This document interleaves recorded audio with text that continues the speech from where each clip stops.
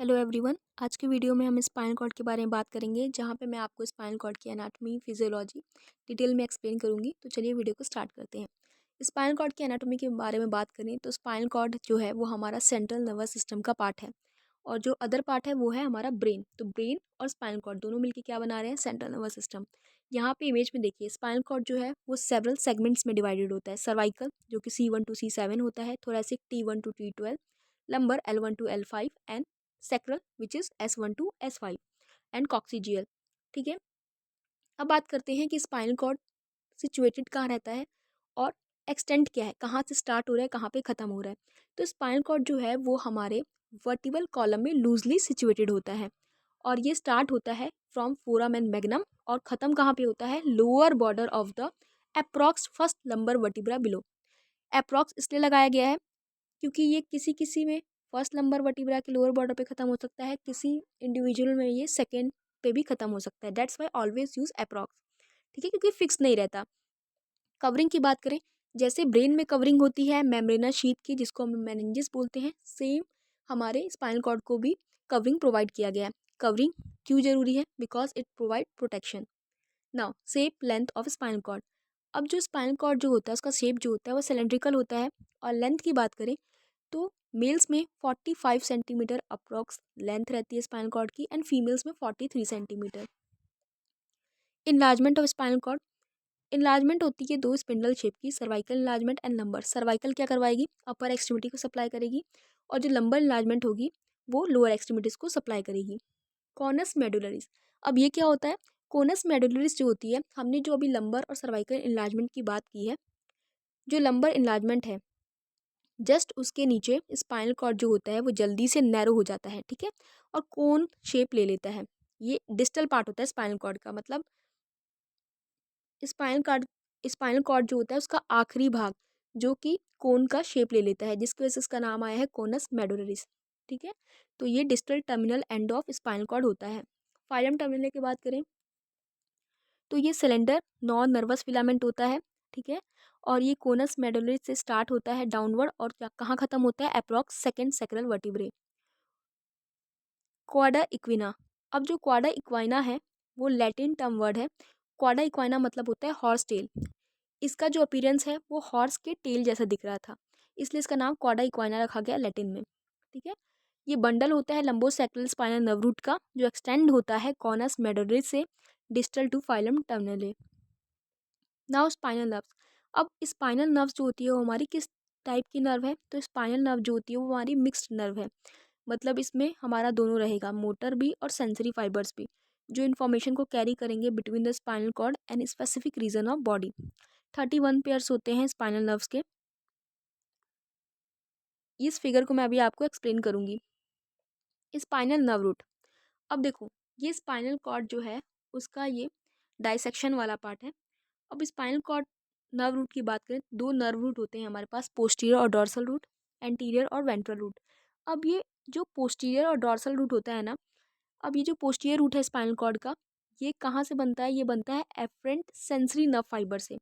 ये जो देखिए इस इमेज में, ये जो पोस्टीरियर रूट है यहाँ पे लिखा है, यहाँ पे जो ग्रीन फाइबर्स हैं, अब ये क्या करते हैं, यहाँ ये जो रीजन है ये हमारे सेंसरी जो न्यूक्लियस है वहाँ से बनते हैं, सेंसरी फाइबर से बनते हैं। मतलब जो भी इंफॉर्मेशन बॉडी से आएगा वो इंफॉर्मेशन हमारे ब्रेन में स्पाइनल कॉर्ड के पोस्टीरियर रूट से होते हुए ब्रेन में जाएगा। ठीक है, मतलब बॉडी के सारे जो सेंसरी नर्व्स है वो कहाँ पे आते हैं? वो आते हैं, ये देखिए ग्रीन फाइबर जो दिख रहा है ना, जो हमारा सेंसरी है, जो सेंसेशन लेके आ रहा है, वो देखिए ग्रीन ग्रीन वाला जो है ये हमारा पोस्टीरियर रूट से होते हुए ब्रेन तक जाएगा, और हमारे स्पाइनल कॉर्ड के पोस्टीरियर रूट में सेंसरी फाइबर्स आते हैं। अब ये एंटीरियर और वेंट्रल रूट क्या होता है? ये किससे बना है? ये इफरेंट या मोटर फाइबर से बना होता है, और ये क्या कैरी करेगा? Motor information different part of body में। अब ये देखिए, ये जो ब्लू वाला है एंटीरियर पार्ट में, ये जो ब्लू वाला है डिनोट कर रहा है कि ये मोटर फाइबर्स हैं। मोटर और इफरेंट सेम थिंग। ओके, तो ये हमारे कहाँ पाए जाते हैं? ये हमारे एंटीरियर रूट में पाया जाता है। अब ये क्या कराएगा? ये जो है, जो भी अब ब्रेन ने सिग्नल भेजे सेंसेशन को डिटेक्ट करके, वो क्या करेगा? ये मोटर और इफरेंट फाइबर भेजेगा ब्रेन, जो हमारे अगेन स्पाइनल कॉर्ड से होते हुए आएंगे और हमारे मसल्स को इनोवेट करेंगे और फंक्शन करवाएंगे। ठीक है, मोटर मतलब एक्शन करवाएंगे वो। तो ये दोनों मिलके क्या बना रहे हैं, स्पाइनल नर्व बना रहे हैं। तो ये मिक्स नर्व हुई, एक साइड से सेंसेशन जा रहा है, एक साइड से इंफॉर्मेशन आ रहा है ब्रेन के थ्रू, ठीक है। तो ये पोस्टीरियर रूट में हमारे, आपको याद रखना है कि सेंसरी फाइबर्स होते हैं, और हमारा जो एंटीरियर रूट होता है वहाँ से हमारे मोटर फाइबर निकलते हैं। पोस्टीरियर रूट में सेंसरी फाइबर जाते हैं, एंटर करते हैं, और एंटीरियर रूट से मोटर फाइबर एग्जिट करते हैं, यानी कि बाहर निकलते हैं और पूरी बॉडी को वर्क करवाते हैं। अब ब्रांचेस की बात करें तो हमारे पास डॉर्सल रेमस और पोस्टीरियर ब्रांच रहता है। Posterior dorsal ramus same thing, ये somatic motor, somatic sensory and visceral motor fibres को कैरी करता है, सप्लाई करता है muscle, joint and skin of posterior part of trunk को, ठीक है। जो भी हमारा बैक वाला पोर्शन होता है उसको डॉर्सल रेमस सप्लाई करता है। एंटीरियर एंड वेंट्रल रेमस ये कैरी करता है somatic motor fibres, somatic sensory, visceral motor fibres, और ये सप्लाई करेगा muscle, joint, skin of anterior और lateral part of upper and lower limbs. और ये जो फाइबर्स होते हैं वो लार्जर होते हैं पोस्टीरियर रमाई से, मतलब anterior ramus is larger than posterior ramus. Now meningeal branch, meningeal branch जो रहता है नाम ही सजेस्ट कर रहा है कि ये सप्लाई करेगा किसको, somatic motor fibres, sensory and visceral motor fibres, supply करेगा ये स्पाइनल मेनिंजेस को, ligament, dura, blood vessels, facet joint, IV disc and periosteum of vertebrae. अब बात करेंगे रमाई कॉम्युनिकेंट्स। रमाई कॉम्युनिकेंट्स जो होते हैं वो कम्युनिकेटिंग होते हैं स्पाइनल नर्व्स और sympathetic division of autonomic nervous system के में, ठीक है। और दो रमाई कम्युनिकेंट्स होते हैं, ग्रे एंड वाइट। और ये क्यों इंपॉर्टेंट है, आप नटसेल में इसको जानिए। जो रमाई होते हैं वो विसरल मोटर और विसरल सेंसरी इन्फॉर्मेशन को विसरा से लेके आते हैं और मोटर लेके जाते हैं, ठीक है। ये ऑर्गन्स को सप्लाई करें, आप इतना समझिए। बात करते हैं स्पाइनल नर्व प्लेक्सिस। अब ये जो स्पाइनल नर्व्स होते हैं जो निकलते हैं हमारे स्पाइनल कॉर्ड से, वो क्या करेंगे, वो बंडल्स बनाएंगे, ठीक है, गुच्छा बनाएंगे नर्व्स का, और फिर वो बढ़ जाएंगे प्लेक्सिस में। जैसे कि सर्वाइकल प्लेक्सिस हो गया हमारा, जो कि हमारे सर्वाइकल रीजन में सप्लाई करता है हेड वगैरह को। ब्रेकियल प्लेक्सिस जो आर्म्स वगैरह में सप्लाई करते हैं। लंबर प्लेक्सिस हो गया, सेक्रल प्लेक्सिस हो गया, कॉक्सिजियल प्लेक्सिस हो गया। तो वी हैव 5 प्लेक्सिस। अब देखिए यहाँ पे है स्पाइनल कॉर्ड का एक डाइसेक्शन वाला, ठीक है, स्ट्रक्चर। इसको हम लोग अभी डिस्कस करेंगे। ये ट्रांस सेक्शन लिया गया है, क्रॉस सेक्शन लिया गया है स्पाइनल कॉर्ड का। तो यहाँ पे है cross section of spinal cord. Spinal cord के क्रॉस सेक्शन की बात करेंगे, जिसपे हम एक्सटर्नल फीचर और इंटरनल फीचर दोनों की बात करेंगे। एक्सटर्नल फीचर की बात करते हुए देखेंगे कि हमारे पास एक्सटर्नल फीचर में क्या है, एंटीरियर मीडियन फिशर है, पोस्टीरियर मीडियन सल्कस है, पोस्टीरियर लेटरल सल्कस है, एंटीरियर लेटरल सल्कस है। तो एक एक करके डिस्कस करते हैं। First, anterior median fissure. Anterior median fissure क्या होता है, ये एक डीप मिड लाइन ग्रूव है एंटीरियर स्पाइनल कॉर्ड में। अब देखो बच्चों, ये स्पाइनल कॉर्ड है हमारा, ठीक है। अब ये देखो, ये एंटीरियर वाला साइड है, सामने वाला साइड स्पाइनल कॉर्ड का। अब ये जो यहाँ पे आपको सल्काई दिख रहा है, सल्काई फिशर, सेम थिंग, इसका मतलब होता है डेप्थ, ठीक है। तो ये एंटीरियर मीडियन फिशर है, ओके। इसके लेटरल में, एंटीरियर में ही उसके लेटरल में क्या दिख रहा है आपको, एंटेरो लेटरल सल्कस, ठीक है। फिर उसके बाद पोस्टीरियर में आते हैं। पोस्टीरियर में फिर से डेप्थ है, जिसको हम लोग पोस्टीरियर मीडियन सल्कस बोलते हैं, और उससे जो डेप्थ लाइन रन कर रही है उसको पोस्टीरियर मीडियन सेप्टम बोलते हैं। उसके बाद उसके लेटरली क्या है, पोस्टीरियर इंटरमीडिएट सल्कस, जो कि बीच में आ रही है पोस्टीरियर लेटरल और पोस्टीरियर मीडियन सेप्टम के बीच में जो आ रही है, उसको पोस्टीरियो इंटरमीडिएट बोल दिया। यहाँ पे लेटरली पोस्टीरियर लेटरल सल्कस है, ठीक है, ओके। तो यहाँ पे हमने देखा anterior median fissure, posterior median sulcus, posterior lateral sulcus, anterior lateral sulcus. अब देखो, ये जो पोस्टीरियर मीडियन सल्कस है, ये थिन लॉन्गिट्यूडिनल ग्रूव होता है जिससे सेप्टम रन करता है डेप्थ ऑफ स्पाइनल कॉर्ड में। पोस्टीरियर लेटरल सल्कस, ये भी डिप्रेशन होता है, गड्ढा प्रेजेंट होता है। अब ये क्यों इंपॉर्टेंट है, क्योंकि सेंसरी नर्व रूट जो है स्पाइनल कॉर्ड में यहीं से एंटर करेंगी। ये देखो, ये जो पोस्टीरियर लेटरल सल्कस है ना, और यहाँ जो डिप्रेशन बना है गड्ढा जैसा, यहीं से हमारा क्या होगा, स्पाइनल नर्व रूट अंदर की तरफ एंटर करेगी स्पाइनल कॉर्ड में, ठीक है। इसलिए ये जरूरी है डिप्रेशन।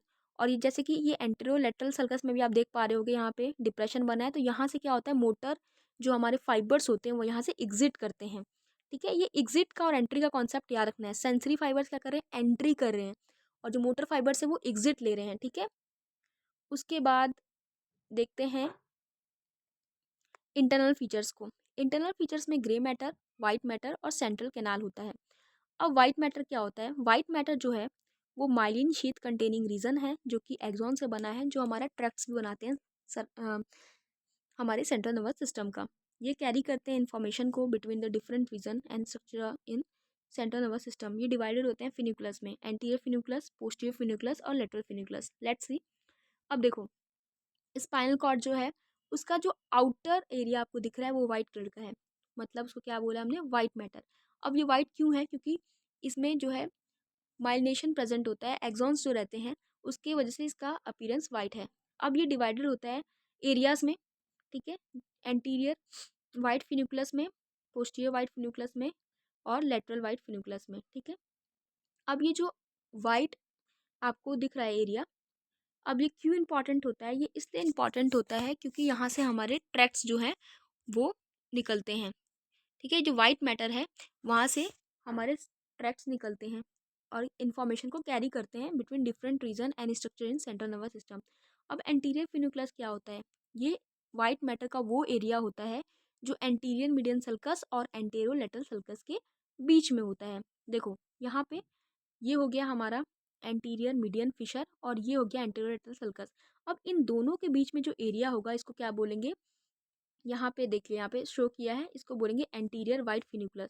यहाँ पे एंटीरियर मीडियन फिशर हो गया, यहाँ पे एंटेरो लेटरल सल्कस हो गया। इसके बीच का एरिया को बोल दिया हमने, क्या बोला? Anterior white funiculus. Same posterior white funiculus क्या होता है? ये पोस्टीरियर मीडियन सल्कस और ये जो हमारा पोस्टीरियर मीडियन सल्कस और पोस्टेरो लेटरल सल्कस, ठीक है।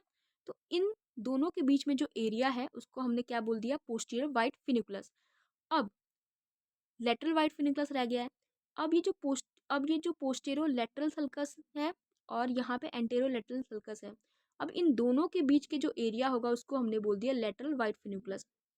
अब आपके मन में डाउट आना चाहिए कि ये डिवाइड क्यों है एरियाज में? ये इसलिए डिवाइड है ताकि स्पेसिफिक जो हमारे ट्रैक्ट्स हैं वो कहाँ पे प्रेजेंट हैं, कहाँ से क्रॉस कर रहे हैं, उन सब के लिए इंपॉर्टेंट होता है, जिसको हम लोग डिटेल में किसी और वीडियो में पढ़ेंगे, ठीक है। तो यहाँ पे हमने सारा इंटरनल फीचर्स को जो है वाइट मैटर का देख लिया है। अब ग्रे मैटर को देखते हैं। ग्रे मैटर जो होता है, जैसे कि मैंने बताया फिन्यूक्लस में असेंडिंग और डिसेंडिंग ट्रैक्ट्स रहते हैं, इसको हम लोग नेक्स्ट वीडियो में डिटेल में पढ़ेंगे। ये शैम्बुलिंगम की बुक में आपको काफ़ी डिटेल में अच्छे से दिया गया है, आपको सारे ट्रैक्ट्स जो हैं उनके फंक्शंस पता होने चाहिए, सो इट इज़ बेटर कि वो आपको अच्छे से रिमेंबर हो। Now grey matter. अब ग्रे मैटर जो है वो ग्रे क्यों है? बिकॉज वहाँ पे सेल बॉडीज प्रेजेंट है और डेंड्राइट्स प्रेजेंट है। जैसे वाइट मैटर वाइट क्यों था? क्योंकि वहाँ पे एक्सॉन प्रेजेंट था और यहाँ पे सेल बॉडीज प्रेजेंट है, डेंड्राइट्स प्रेजेंट है। ये साइट है साइनेप्टिक ट्रांसमिशन का। ये डिवाइड होता है डॉर्सल और पोस्टीरियर हॉर्न भी जिसको बोलते हैं उसमें, वेंट्रल और एंटीरियर हॉर्न में, लेटरल हॉर्न में। आपको स्टूडेंट्स ये बात नोटिस करनी है कि जो लेटरल हॉर्न होता है it is only present at the thoracic region. Okay, now posterior horn क्या होता है? ये पोस्टीरियर हॉर्न जो होता है वहाँ पे हमारे सेंसरी न्यूक्लियस पड़े होते हैं, जो हमारे जो सेंसरी इन्फॉर्मेशंस हैं उसको रिसीव करते हैं, ओके। और जो एंटीरियर हॉर्न होते हैं वहाँ पे क्या होंगे? हमारे वहाँ पे मोटर न्यूरॉन्स होंगे, बिकॉज हमने पहले भी डिस्कस किया है कि जो एंटीरियर पार्ट होता है वहाँ से हमारा मोटर फाइबर जो है वो बाहर निकलते हैं। कहाँ से निकल रहे थे वो? एग्जिट कहाँ से ले रहे थे? एंटेरो लेटरल सल्कस से। सेम पोस्टीरियर साइड में क्या हो रहा था? सेंसरी जो न्यूरॉन्स थे, सेंसरी नर्व्स थे, वो आ रहे थे और किस रास्ते से आ रहे थे? पोस्टीरियर लेटरल सल्कस वाले रूट से आ रहे थे वो। तो वो एंट्री ले रहे थे और मोटर वाले एग्जिट ले रहे थे। तो ये आपको एंट्री और एग्जिट का पॉइंट जो है वो याद रखेंगे तो आपको काफ़ी ईजी होगा रिमेंबर करने में। नाउ हमने यहाँ पोस्टीरियर हॉर्न देख लिया, वहाँ पे सेंसरी न्यूक्लियाई होते हैं जो रिसीव करते हैं, प्रोसेस करते हैं इनकमिंग इन्फॉर्मेशन को। एंटीरियर हॉर्न हमारे मोटर न्यूरॉन से बने होते हैं जो इनोवेट करते हैं स्केलेटल मसल को। और लेटरल हॉर्न थोरेसिक रीजन में प्रेजेंट होता है और ये विसरल एफरेंट और इफरेंट इन फंक्शन होता है। अब देखो यहाँ पे इमेजेस में आप देखिए, यह हमारा हो गया ग्रे हॉर्न जो कि बटरफ्लाई शेप का दिखता है, ये एच एच शेप का भी दिखता है। ये देखो, ये जो एंटीरियर में है उसको एंटीरियर ग्रे हॉर्न बोला गया है, पोस्टीरियर में पोस्टीरियर ग्रे हॉर्न है और यहाँ पे ये है लेटरल ग्रे हॉर्न। अब एंटीरियर ग्रे हॉर्न जो है वहाँ पे क्या होंगे? हमारे मोटर न्यूक्लियाई होंगे। पोस्टीरियर में क्या होगा? हमारा सेंसरी न्यूक्लियाई होगा और लेटरल ग्रे हॉर्न में जो न्यूक्लियाई होंगे वो हमारे विसरल के लिए होंगे, विसरल, सेंसरी एंड मोटर, ठीक है। वैसे ही हमारे देखिए यहाँ पे एंटीरियर ग्रे कमीशर है और यहाँ पे पोस्टीरियर ग्रे कमीशर है, जहाँ पे फाइबर्स जो होते हैं वो क्रॉस करते हैं एक दूसरे को। वैसे ही हमारे पास वाइट मैटर में भी एंटीरियर वाइट कमीशर था, ठीक है। तो यहाँ पे पूरा जो है कवर हो चुका है। और ये जो है हमारा बीच में जो आपको दिख रहा है, ये है हमारा स्पाइनल कैनाल। ओके, तो यहाँ पे हमने इंटरनल जो है वो भी पूरा कवर कर लिया है, grey matter, white matter and central canal.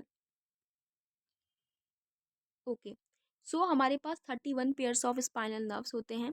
हर एक नर्व अराइज होता है सीरीज ऑफ डॉर्सल और वेंट्रल नर्व रूटलेट से। जैसे मैंने आपको एक्सप्लेन किया कि सेंसरी और मोटर दोनों मिलके क्या बनाएंगे, दोनों मिलके मिक्स नर्व बनाएंगे और देन सप्लाई करेंगे।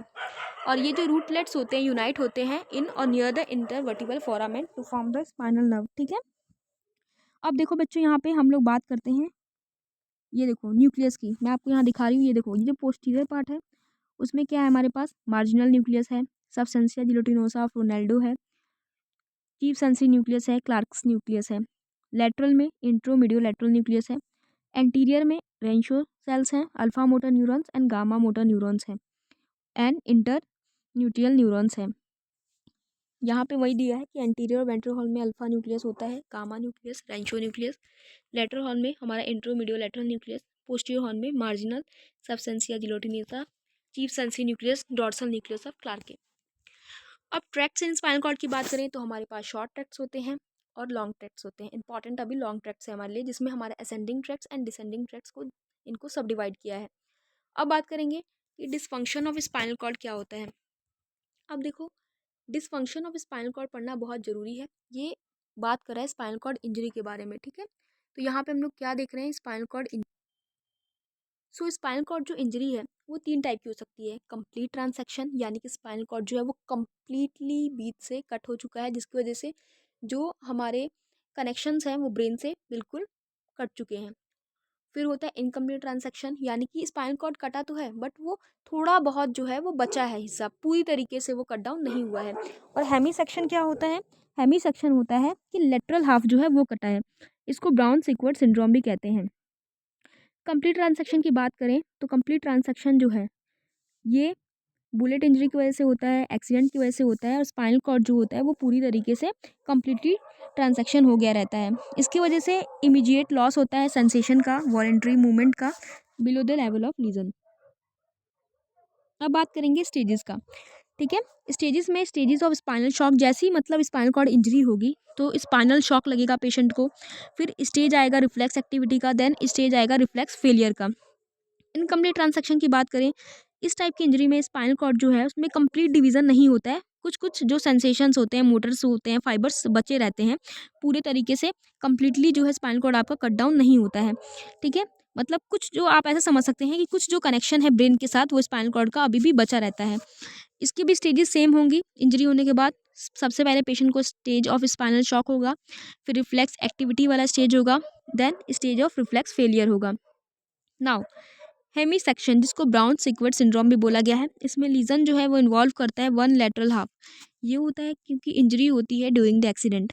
इसका जो इफेक्ट होगा ना, देखो below the level of legion होगा, मतलब जहाँ पे आपका कट डाउन हुआ है उसके नीचे का तो सेंसेशन और मोटर चले ही जाएंगे, पर at the level of legion जो होगा, जहाँ पे कट लगा है, जहाँ पे इंजरी हुई है, वहाँ पे भी हमें जो है सिम्टम्स देखने के लिए मिलेंगे। फिर effect in this area, same side में जो सिम्टम्स होंगे वो अलग होंगे और उसके अपोजिट साइड में अलग होंगे।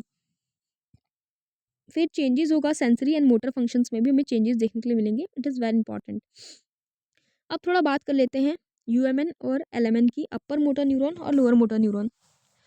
अब देखो स्टूडेंट्स, यहाँ पे अपर मोटर न्यूरॉन को यह फिगर के थ्रू शो कराया गया है कि अपर मोटर न्यूरॉन यानी कि ये हमारे ब्रेन में होगा, और लोअर मोटर न्यूरॉन यानी कि हमारे स्पाइनल कॉर्ड में होगा। तो आप बिल्कुल मतलब इजी तरीके से इसको याद रख सकते हो कि जो अपर मोटर न्यूरॉन है ना, वो लोअर मोटर न्यूरॉन को कंट्रोल करता है। अब ये जो लोअर मोटर न्यूरॉन है वो हमारे स्पाइनल कॉर्ड में रहता है, लेकिन किस हिस्से में, हमारे एंटीरियर हॉर्न में। क्यों? क्योंकि एंटीरियर हॉर्न से ही तो हमारे मोटर फाइबर्स निकल रहे थे ना, तो ये इसलिए कहाँ रहता है एलेमेन, हमारे एंटीरियर हॉर्न में। अब ये जो एलेमेन रहेगा वो डायरेक्टली इनोवेट किसे कर रहा है, मसल्स को। यू कैन सी हियर, यहाँ पे ये डायरेक्टली इनोवेट कर रहा है मसल्स को, बट इसको कंट्रोल कौन कर रहा है, हमारा यूएमएन, जो कि हमारे ब्रेन में, ब्रेन वगैरह में सिचुएटेड रहता है। ठीक है, अब हम लोग इनके डिफरेंट डिफरेंट फीचर्स पढ़ेंगे।